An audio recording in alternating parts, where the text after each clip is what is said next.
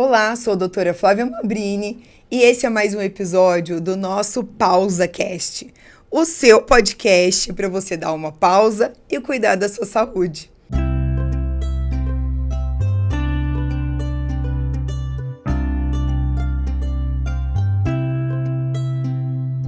E hoje a gente está no especial Outubro Rosa, né? Um mês que a gente enfatiza mais o câncer de mama.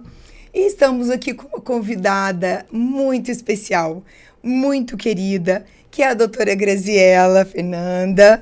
Doutora Graziela, ela é médica, é ginecologista, é a médica dos glamoures. Muito obrigada, Gra, muito obrigada mesmo de você ter aceitado estar aqui com a gente. Eu que agradeço, é muito importante, né? Esse momento tão especial que é um marco na nossa vida, né? E eu acho que isso é essencial que você está fazendo para a gente incentivar, né, a todas e verem a nossa garra que a gente venceu. A gente está aqui para contar a história e que você também tem essa sua chance, né, de viver, né? Tudo depende da sua fé, né? Eu falo que tudo é da fé. Exatamente, exatamente. Então, para quem ainda não sabe, a doutora Graziela, ela também teve um câncer de mama, assim como eu. E vamos descobrir tudo isso.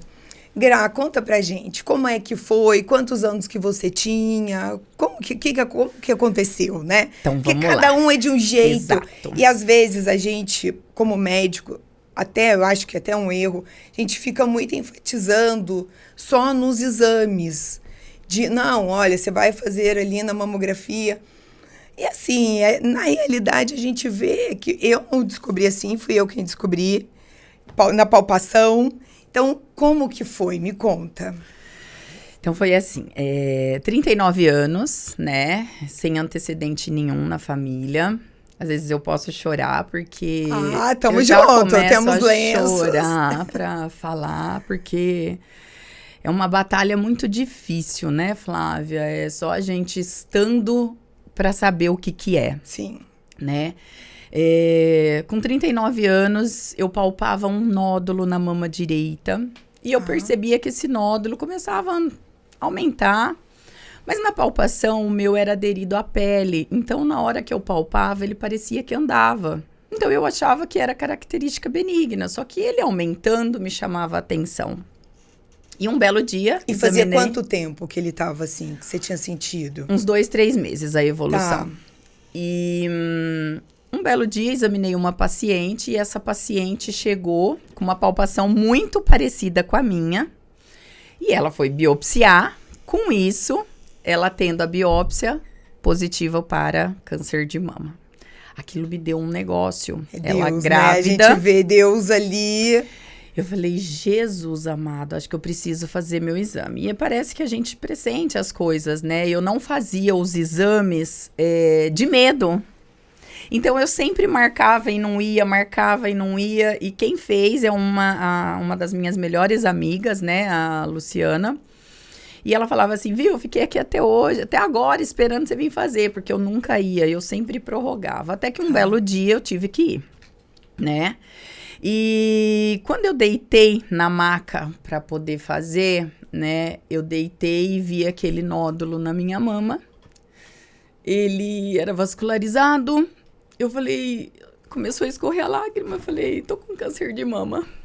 Né? Cara, Só que para meu impacto era só da mama direita, porque era onde eu palpava. E nos exames de rotina, tudo, né? Foi diagnosticado na esquerda também, que foi outro baque. Aí você começa a achar que tá tudo acabando, né? E logo... a gente tem certeza, Logo né? era um sábado, na madrugada eu fui fazer um parto. Falei pro médico que eu acompanhava junto os partos, né?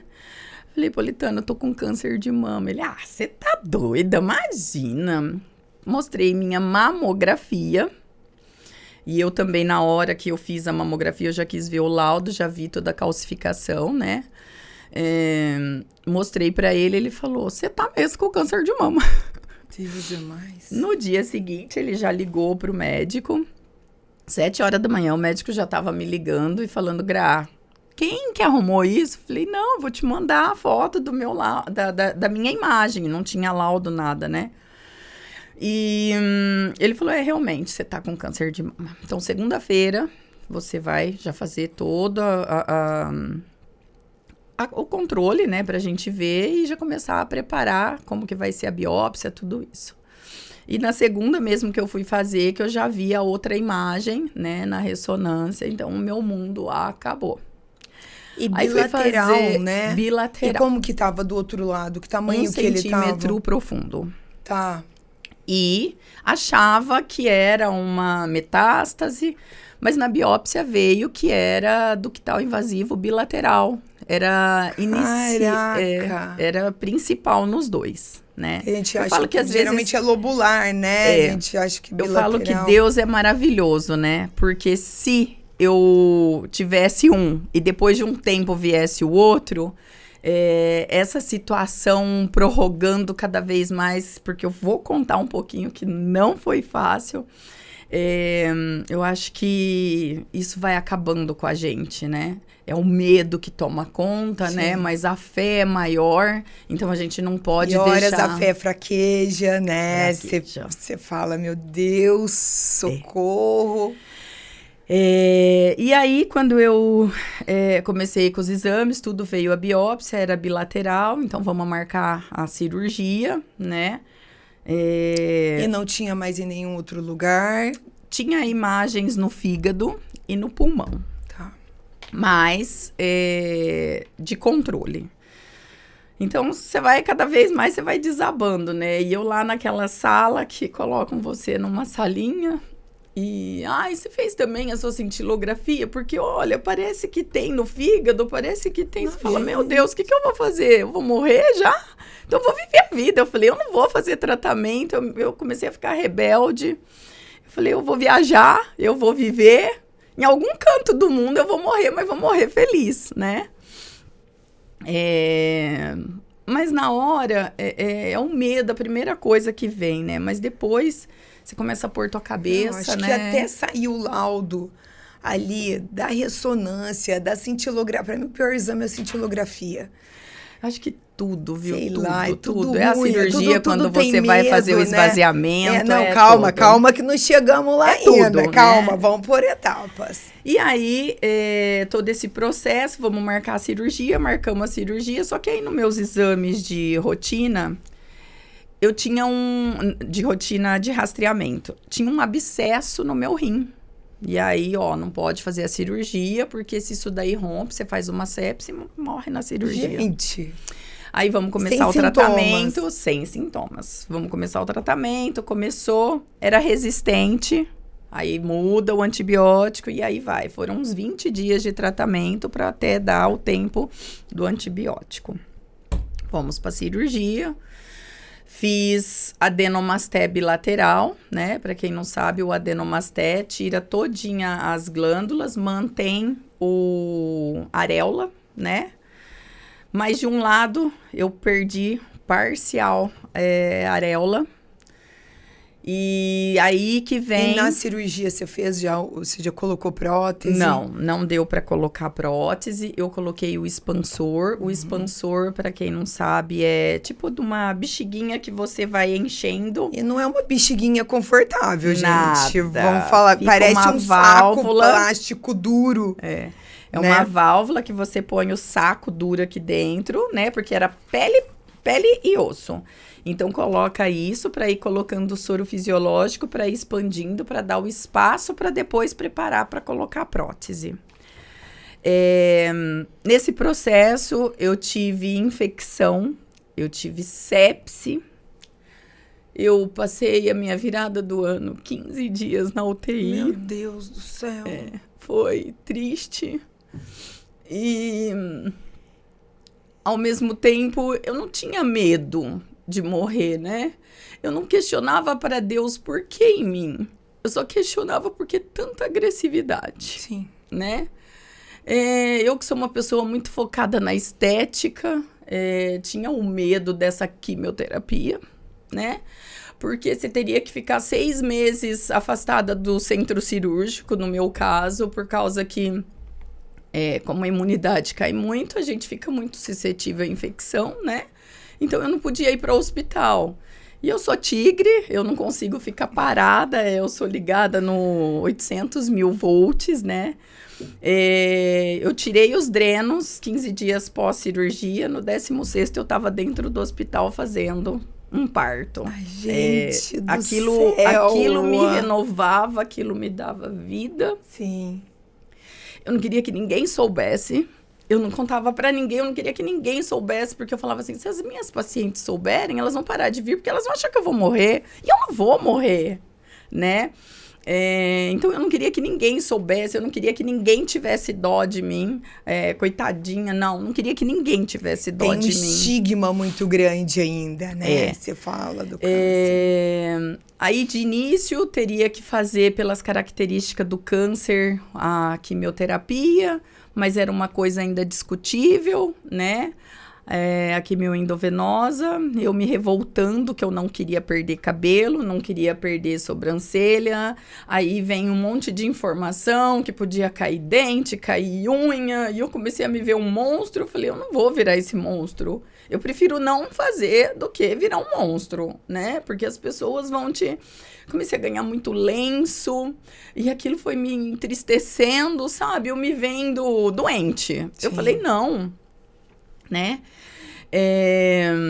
Eu não vou. Fui para São Paulo para poder avaliar. Falei, bom, se eu realmente tiver que fazer isso, eu quero viver, né? Se eu tiver que fazer, eu quero fazer aquela touca que congela a cabeça, né? A menos 16 graus. Na verdade, é só para a gente minimizar fingir que vai tentou. Tudo bem, né? Porque, na verdade, é uma intenção de congelamento para diminuir a chegada da quimioterapia no couro cabeludo. Mas é em torno de 16% só que não chega, né? Enfim, fui para São Paulo para poder fazer, né, todo esse tratamento. E passei por 2 colegas para ouvir opinião. Eles faziam um estudo científico em Milão, né? Que é o centro da oncologia. Eu falava, se precisar, eu vou embora para lá, mas eu não quero fazer essa quimioterapia, né? E eu passei com o Dr. Daniel Ximenes, um fofo, um ser humano, assim, incrível. Ele chegou e falou para mim assim, Grazi... eu vou cuidar da Grazi, eu não vou cuidar do câncer. Ai, que fofo. Né? Eu preciso cuidar de você, não do câncer de mama, né? Eu preciso ter você bem.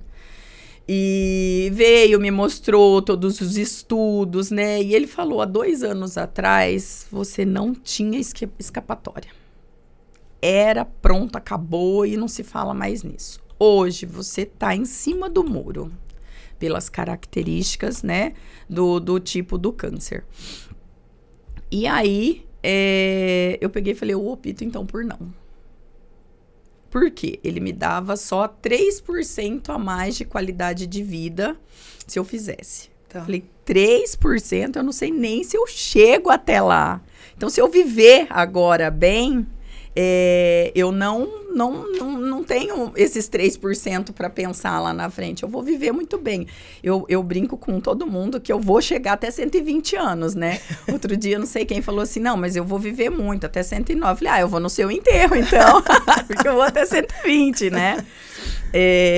Eu sou uma pessoa muito autoastral, muito cheia de fé. E nesse momento, quando as pessoas ficaram sabendo...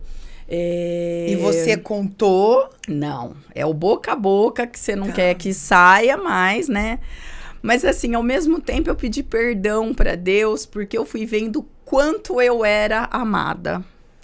Quantas mensagens, quantas orquídeas. A minha casa parecia uma floricultura, porque eu amo orquídea. Sim. A minha mãe falava, mas eu vou começar a pendurar no telhado, no teto, porque a minha casa era assim, uma floricultura. Muitos amigos vindo, minha mãe falava, meu Deus, saíram do hospital, vai vir aqui, você com o risco da infecção, né? E não, eu quero, porque eu sou muito social, então eu ficar lá não podendo sair com aqueles drenos, né? Eu mesma arranquei dreno, eu sou uma pessoa meia, né, dá pra virada. E aí, de várias religiões, né, trazendo óleo ungido, água benzida que foi para Fátima. Então, assim, todo esse carinho ia aquecendo o coração, Sim, né, exatamente. e dando mais força pra gente também, né. Eu falo que, assim, Deus... Antes eu falava assim que eu dava um diagnóstico para o paciente e eu achava que eu era muito fria. Hoje eu posso falar com convicção que eu sou da mesma família, né? Então eu falo assim que eu nunca questionei para Deus por que em mim. Eu só falava por que tanta agressividade. Eu tive essa sepse que eu fiquei 15 dias, eu fiz uma reação alérgica ao antibiótico, então teve que trocar. Esse antibiótico só se dá em hospital, não dava para fazer home care, eu tinha que ficar lá, tomando lá, né? Tentei negociar, tentava fazer de tudo para ter, não adiantava, tem que ser aqui, pronto e acabou, tá bom. Então isso também foi um desafio para mim. Vinha um monte de série para eu assistir, eu não conseguia assistir nenhuma, porque eu não tenho paciência em ficar sentada, parada, então é aquela agitação, Mas né? era uma pausa, né? Então, era pausa... literalmente uma pausa. Tudo isso a gente ali fala que para ir pondo a gente no lugar, né? Exatamente. Só assim que eu podia ter esse momento de ficar quieta, né? Sim. E comecei o tratamento, tudo. Não fiz a quimio endovenosa, optei por não. Aí minha mãe, faz, que não sei o quê, né? Eu acreditava na minha cura. Né? Eu acreditava, eu tinha certa convicção. Só que aí eu tive mais uma sepse. E nessa sepse... Por que essa segunda? Porque, na verdade, o expansor estava infectado. Eu fiquei 3 meses tomando antibiótico. Quando eu descobri o câncer, com o início da quimio oral e mais o antibiótico da infecção, eu perdi 10 quilos. Eu vomitava muito, eu perdi 10... E você fez que quimio oral? O tamoxifeno. Ah, tá. Ele queria 2 anos de tamox e depois passar para o anastrozol. Eu, tigre, só fiquei no tamox, porque eu tive muita reação, eu abandonei o tratamento, que eu tive muita dor articular, né? Tive que fazer infiltração, né? Então, eu não conseguia fazer parto, isso foi me deixando mal, porque eu não conseguia pegar no bisturi, muitas vezes, de dor e de não ter força. Muitas vezes eu não consegui, eu sentar e não consegui pentear meu cabelo. Né? Esse negócio de você depender de alguém, pra mim, era muito difícil, né? Eu sempre fiz por todos, mas eu nunca quis que ninguém fizesse por mim, porque é o que eu brinco sempre, eu sou fortuna, né? Então, tudo isso, pra mim, foram situações pra ir aprendendo. E foi o que o onco falou pra mim, se deixa ser cuidada. Se permita, né? Se permita ser cuidada. Então, tudo isso pra mim era difícil. No começo, não podia nem eu tomar banho com os 2 drenos, com as 2 mamas, né? Então, tudo foi muito difícil pra mim, né? Porque por eu ser muito agitada, fazer tudo por todos e não quero que ninguém faça por mim, porque eu sou forte, né? Eu sou Mulher Maravilha, né? Só que essa Mulher Maravilha, né? Infectou o expansor. Aí... Então, vamos tentar, tomando antibiótico forte, então, só emagrecendo. Bom, hora que deu certo, o tempo, tudo, vamos tentar ver se coloca de novo. Aí, tirou um expansor. Tirou. Aí, o da mama, que tava nas duas. Isso, não, mas aí tirou só de uma. Sim. Porque vamos tentar expandir e tentar melhorar a outra, né? Aí, não fiz terapia, eu mesma me... consolava. Eu mesma trabalhava a minha cabeça, né? E Deus, né? E eu brincava assim, tô monoteta agora, né? Então, ficava monoteta, né? Então, aquilo começou a me incomodar. E isso foi quanto tempo depois? Ô, Flá, o tempo em si, assim, eu não sei falar muito. Eu sei que essa luta foram em esquece, torno de né? 4 anos, tudo, até eu colocar a prótese mesmo. Foi muito tempo. Então, eu operei em torno de 6 vezes, colocar e tirar Meu expansor Deus do céu. e tentativa de prótese 2 vezes, Tá. né? Infectou a prótese, tive que tirar. Eu tive 3 quadros de sepse. Também. No terceiro quadro, foi quando colocou a prótese, que é a que eu tô até hoje. Eu falei, isso tudo é cabeça. Essa doença tá... essa situação tá acabando comigo. Eu preciso viajar. Porque eu tava só exames, remédio, exames, remédio, e infectava, vazava tudo. Eu ia trabalhar, às vezes estava examinando a paciente, vazava aquela situação chata, sabe? De paciente olhar para você e falar, nossa, tipo, que nojo, né? E aí, sabe, eu operava uma paciente com aquele negócio drenando, aí ia lá, fazia a minha internação, muitas vezes já ficava em jejum, porque sabia que o negócio não estava dando, e já ia, deitava, fazia, enfim. Mas sempre feliz, sorrindo, nunca sendo vítima, nunca né? sendo Vitimizando, né? isso, nunca. Eu sempre falava o porquê tanta agressividade. E aí, na terceira, que foi quando pôs a prótese, começou com a infecção de novo, né? Entra com antibiótico de novo. Eu falei, dessa vez eu não vou pro hospital. Não vou, porque eu sei que eu vou chegar lá, já tava sabendo todos os sintomas. Eu não vou, porque eu sei que eu vou chegar lá, vão me mandar pra UTI, porque é protocolo de sepse. Não vou. Enfim, peguei, falei pra minha infecto, falei, estou indo viajar. Você tá Amor de Deus. Você sabe o que acontece? Eu falei, você quer apostar que eu vou voltar muito bem e curada?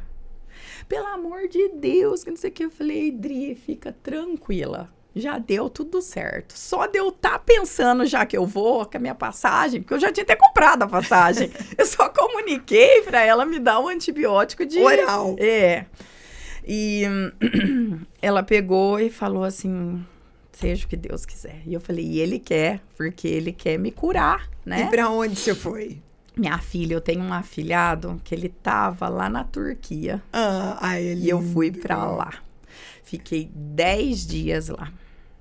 Fiquei 10 dias e ela falou, você vai tomando antibiótico, não para. E o perigo do voo, né? De fazer uma translocar. trombose. Entrei com anticoagulante, porque o onco Jesus, também orientava tudo sim. isso. E lá vai eu, feliz e contente. No terceiro, quarto dia de antibiótico, eu já tava top, 100%. Então, cabeça é tudo, né? Sim. Não bastando essa viagem, passou mais 2 meses, fui pra Grécia com uma amiga minha, só sorriso, só alegria, que foi para fechar mesmo todo o tratamento, que é o que tava faltando, né? E eu falo assim, sabe, falar, a palavra tem poder. Demais. Eu falava assim, então, quando você for falar alguma coisa, pensa bem. Eu falava assim, pra que esse tamanho de peito? E eu nem tinha tanto peito, né? Por eu ser alta, estrutura, bruta, né? Nem era uma mama grande. E eu falava, pra quê? Podia não ter nada. E realmente... Gente, olha como que veio nas né? 2 pra não ter nada. Como né? que é? E no meio disso tudo, depois de 1 mês que eu estava operada da mama... Dessa última vez? Não, da primeira vez. Tá. Depois que eu estava operada 1 mês, o oncologista falou, olha, retirada de ovário para ontem. Né? Para ontem. Não dá para ficar só no bloqueio hormonal. Nós temos que tirar mesmo o seu, porque o meu era 100% estrogênio, 100% progesterona. E hair negativo? Hair negativo. E aquele K não sei... KI. Isso. Ele era agressivo. 30%. Tá. Era ele que ficava em cima do muro pra fazer... No meu caso foi 61, eu acho. É ele que me veio no muro. Ali. Ele falou que 2 anos teria que fazer. Não tinha o que fazer, era ponto, acabou. Mas que no meu tava ali, né? E aí, vamos então tirar o ovário. E só desilusão amorosa. Falei, o quê? Vou tirar tudo. Vou tirar tudo, porque eu não vou mais pensar em família. Eu queria ter tido 3 filhos. E só nos perrengues da vida e priorizando cada vez mais o profissional. Eu peguei e falei, não, tira tudo, que assim eu não vou ter mais a opção de ficar nessa expectativa, né? Quando tirou, ai, meu Deus, câncer no útero. Foi o maior susto. Eu falo que nada é por acaso, né? Deus vai fazendo as coisas. Grado céu dessa parte. E aí, só aí, descobriu no anátomo patológico. Só. Mas também eu era tigre, tá, Flá? Eu não colhia Papa Nicolau, fazia alguns anos. Eu não sou parâmetro. E era de endométrio ou de colo? CA de colo invadindo para endométrio já. Meu Deus do céu. Então, assim, foi... E tirou o colo do útero, tudo? Tirei tudo. Fiz uma pleisтерé. Aí tirou tudo. E aí, vem toda aquela coisa da menopausa, né? Porque eu tinha o hormônio no sábado, operei no domingo, eu não tinha. E é terrível, né? E eu falava assim, gente, as pacientes entravam no consultório, doutora, essa menopausa. Eu falava, ai, que exagero, nem é tanto assim. É o que eu falo. Engordar, ai, que exagero, o corpo só parar de comer. Gente, exatamente. É outra vida. Bom, eu tinha perdido 10 quilos, né? Depois eu ganhei esses 10 quilos de novo, voltei pro meu peso. Pós-menopausa, eu ganhei mais 15 quilos. Sim. E o negócio só tava indo, né? E medicação. E eu falei, Senhor, onde que eu vou parar com esse trem aqui? E eu falava assim, olha como que é para pagar a minha língua, né? Paciente chegava e eu falava assim, nem é tanto assim. Não é? Quero ver você controlar o negócio. Agora, paga a língua, calorão, né? que só por Deus, toda noite, 3 horas da manhã, eu acordava com a brasa aqui, né? Tinha estourado a tampa da panela de pressão, né? E eu falava, Senhor, não podia usar nada. Sim. Comecei a entrar com a venlafaxina, né? Como opção, e não me adaptei, então aí fiquei na força e na coragem mesmo. E o meu onco, ele não deixou nem fazer reposição natural, porque ele falava, por mais que é uma tinta de amora, né? Por mais que é uma isoflavona, para estimular o estrogênio. Importante, gente, para vocês que não sabem, todos os fitoestrógenos, ele é um estrógeno, ele vai ligar num receptor. Então, para estimular. Então, se você teve um câncer de mama e teve, igual, tipo, e o que a Grazi teve lá atrás. Foi. São receptores de estrogênio e de progesterona. Então, a gente tem que ficar muito atenta a isso. E ele falou, Gra, vai ter que aguentar mesmo, o laser vaginal, hidratação, Não, e a parte sexual vão combinar também, né? Pelo amor de Deus, a cabeça já fica péssima, Tudo. Né? Mas assim, eu sempre de muito alto astral, então, o que me bloqueava muito? Como que eu vou sair com uma pessoa sem mama? Então, às vezes, eu tive um relacionamento, eu larguei por várias vezes, porque eu falava assim, como que ele vai me ver sem cabelo, né? Que eu já pensava em tudo. E eu falava pra ele, não, vamos largar, porque assim... Aí ele me pede em noivado, e eu falei, gente, você tá noivando porque você tá com dó de mim? Ai, porque meu Deus do céu! Emocionalmente, você revolta muito, né? Com tudo, né? E aí, eu sei que ele aguentou uma boa parte, tadinho, e não deu certo, né? Porque eu tava uma pessoa bem difícil também. E nesses meios, né? Aí, conhecia uma pessoa, saía uma noite, ótimo, mandava mensagem no dia seguinte. Aí, na noite seguinte, eu já queria contar que eu tinha câncer de mama, porque eu falava, vai que, né? Sumia.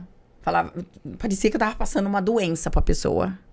É muito estigma. É uma coisa muito esquisita ainda. Que preconceito que é isso. Que preconceito. E a gente vê que cada vez mais a gente está descobrindo, está diagnosticando precocemente, né?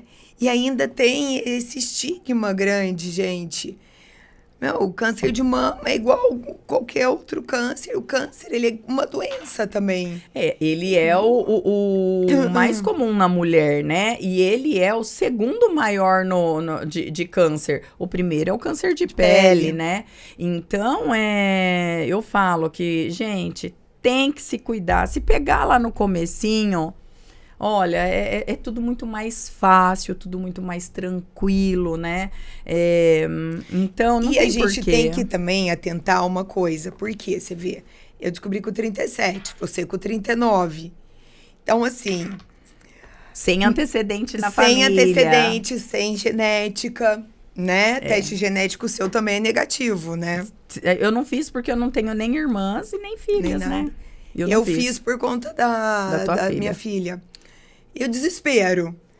Aí o geneticista falou, olha, Flávia, porque se for assim, você vai ser a Eva do câncer, né? Na sua família. Falei, tá cancelada em nome de Jesus. Eu não aceito isso. Pelo amor de Deus. Né? Você imagina, o que você vai transmitir para sua geração? Ai, pelo amor de Deus. É cruel. E então a gente tem que tomar muito cuidado, porque não ficar entendendo que, tipo, como você tem 30, 40 anos, o câncer, ele é muito distante da sua idade. Né? Porque às vezes a gente fica só procurando depois da menopausa. Pra mim, tem tudo a ver com fundo emocional. Eu concordo plenamente. Né? São fatores emocionais que marcaram, eu acho que na minha vida, que eu fiquei, eu acho que trazendo, porque eu sou a fortona, né? Então, a fortona não expõe, nunca tem problema, né? Então, a fortona aqui vai guardando lá dentro, né? E eu, no meu ponto de vista, tem muito a ver com esse emocional. Sim. Eu também acho, no meu caso também. Sabe, no meu caso, o que eu notei? A hora que foi assim, foi muito estresse, muita coisa, a hora que eu relaxei, veio. Então, não foi na hora ali do vamos ver. Foi quando eu relaxei. Quando eu falei, nossa, eu acho que agora tá tudo bem. Pimba! Então, que eu tava amamentando, né? Então, assim, a gente tem que tá antenada a isso, né? E o que você acha da importância do toque? Eu sou super a favor. Eu falo para as minhas pacientes, até para as adolescentes, eu já começo a orientar, né? Eu tive um caso de uma menina de 14 anos uma vez com câncer de mama, então isso daí para mim me marcou muito. E com BRCA1 positivo, não? Não, aí ela foi dar continuidade, era cidade pequena de interior, que eu fazia muito rede pública, né? Então, aí depois ela se mudou e eu não consegui ter muito... acompanhar. Então, foi uma coisa que me marcou muito. Então, eu falo, menstruou, tem que ir ao ginecologista. Sim. Menstruou, mãe, leva para o ginecologista, né? E eu ensino todas elas a se conhecerem, né? Exatamente. Eu falo, você vai conhecer muito mais a importante. sua mama do que eu, né? Então, por isso que tem que fazer a palpação. Saiu uma orientação que não indicavam, porque elas palpam e acham que ok, é melhor você palpar e achar e ir ao ginecologista do que você não palpar e o negócio ficar lá, né? Porque eu descobri palpando, né? Então, Eu também. E se eu não conhecesse a minha mama, que tava ali amamentando, eu ia achar que era só um ducto, só um ducto uma glândula de leite, ali, né? Que é o que elas falam. E eu acho que se eu não fosse gineco, que gineco ia falar pra ir correndo fazer um ultrassom?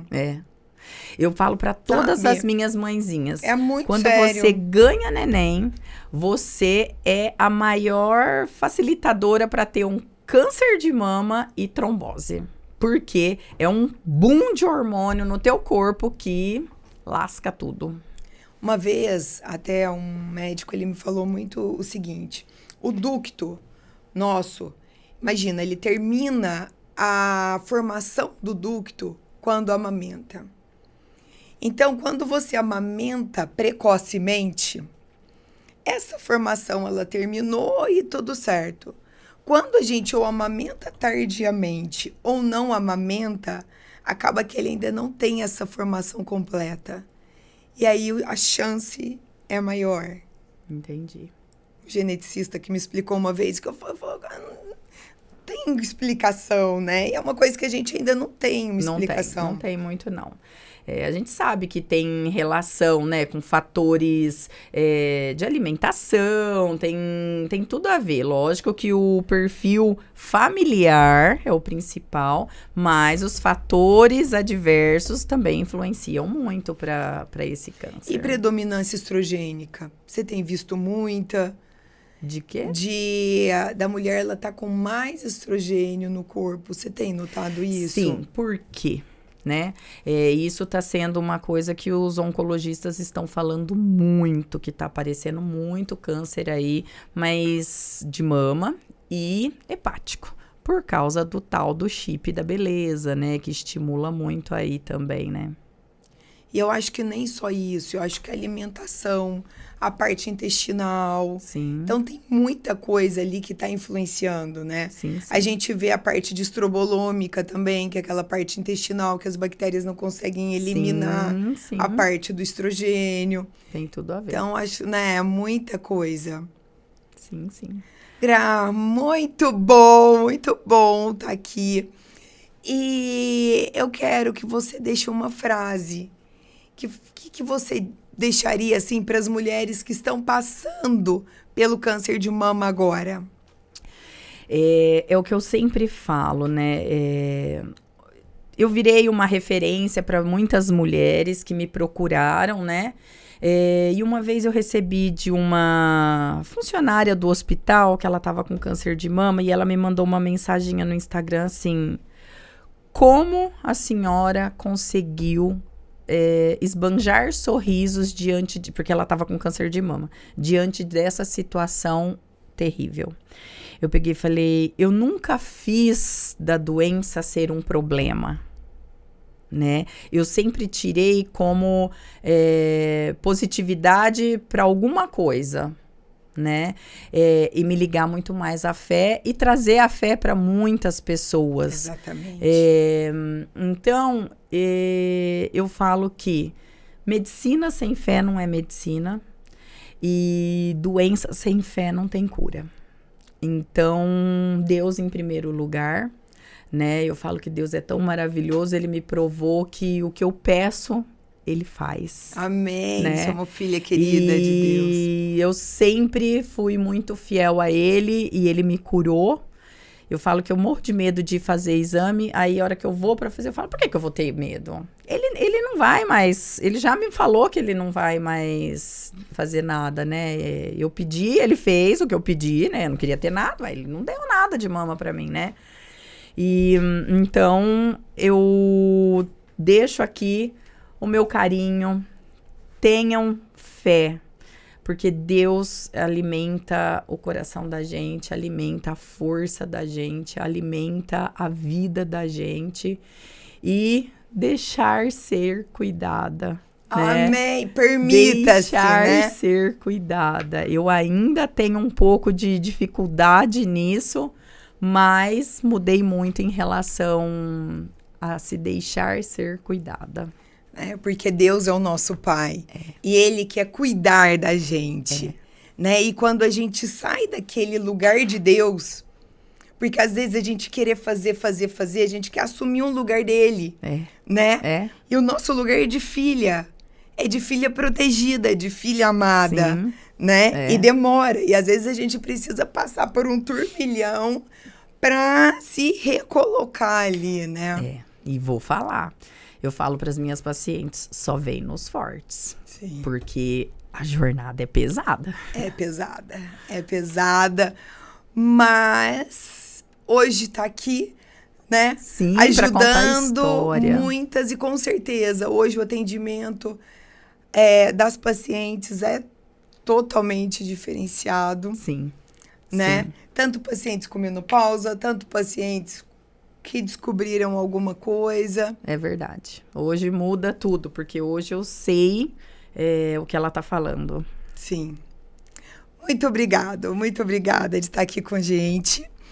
E se você gostou do nosso podcast, curta, compartilha, comenta. Antes disso, eu queria deixar as redes sociais da doutora Grazi. Fala pra gente, Gra. DRA Graziela Jesus no Instagram e no YouTube é Graziela Jesus, doutora Graziela Jesus. A minha é também DRA Flávia Mambrini, no YouTube Flávia Mambrini. E até o próximo episódio.